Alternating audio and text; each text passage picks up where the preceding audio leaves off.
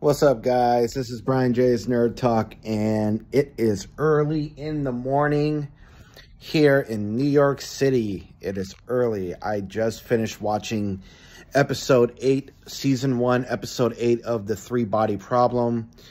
Season 1 has 8 episodes. I finished episode 8. I watched the rest of the season all night, and the final episode was pretty good. It was solid. But the way it ended, I know where things are going to go because I read the first book, the second book, and I read the first 99 pages of the third book. So I know where the story is going to go. But yeah, they adapted the first book, and they adapted the first 99 pages of the second book, and also the first couple hundred pages of the second book. So they adapted the whole first book and elements of the second book and the third book. And the last episode is called The Wall Facer, which is a group of people that are selected to plan how to make plans and strategies on how to fight against the Trizilorans in the alien invasion. But they have to think about it in their mind, right? They can't let the public know, because if the public knows, the Siphons are going to know, and then the Siphons are going to tell the Trizilorans, the aliens, and then they're going to know, and then they're going to be able to stop us. They're going to be able to be prepared for that, or it's going to be shut down completely. Whatever the Wall Facer is planning, it'll be shut down completely. So they have to do everything in secret. And yeah, and Javon's character, Soul, is one of the Wall Facers. And I know the character he's playing. I forgot the name of the character in the second book. He's like the main character in the second book. He's Chinese, and he is the Wall Facer.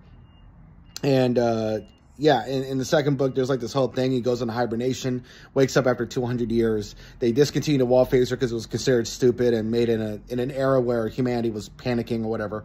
And then he gets reinstated because he had a theory of, well, if I put out a signal to a star, an alien race is going to destroy that star, which will prove his dark force theory to be true, which is that there's billions of civilizations out there, or trillions of civilizations out there, whatever. There's trillions of planets like us, so that means there has to be other civilizations. But the thing is that no one is revealing their location because they're scared that someone's going to try and kill them, destroy their planet, invade them, and take their resources, which is basically what's happening to humanity in the Three Body Problem, or what's going to happen to them. And yeah, and he comes up with in the Dark Forest, he comes up with the strategy of mutually assured destruction, where if the Trizilorans are going to invade them, he is going to reveal their location, where the Trizilorans are going to be going, and then another alien race that's going to be just as advanced as the Trizilorans and more dangerous, right? We'll try to wipe them out and wipe us out. So it's like mutually assured destruction. So that's the big twist. That's how the second book ends. And that's who Saul is playing. He's playing the guy that nobody cares about, no one focuses on, but the Trizilorans, the alien race, are trying to kill him because they know he has a strategy that can stop them from invading us and destroying us, into where they would have to actually work with us.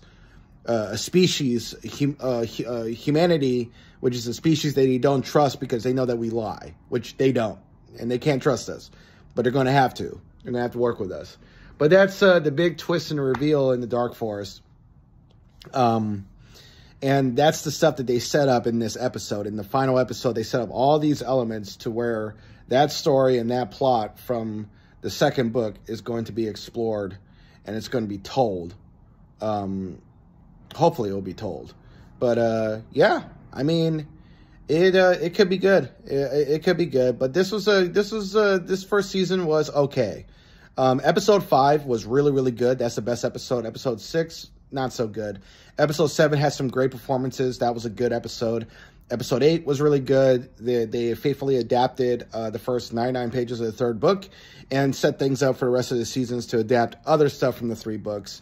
But I just don't trust David Benioff and Dan Weiss. I just think that, yeah, they're going to try really hard in the first 2 seasons, and then they're just going to do their own thing and mess it all up, because that's just what they do. But yeah, so I give the first season a 6.5 out of 10. It was a decent season.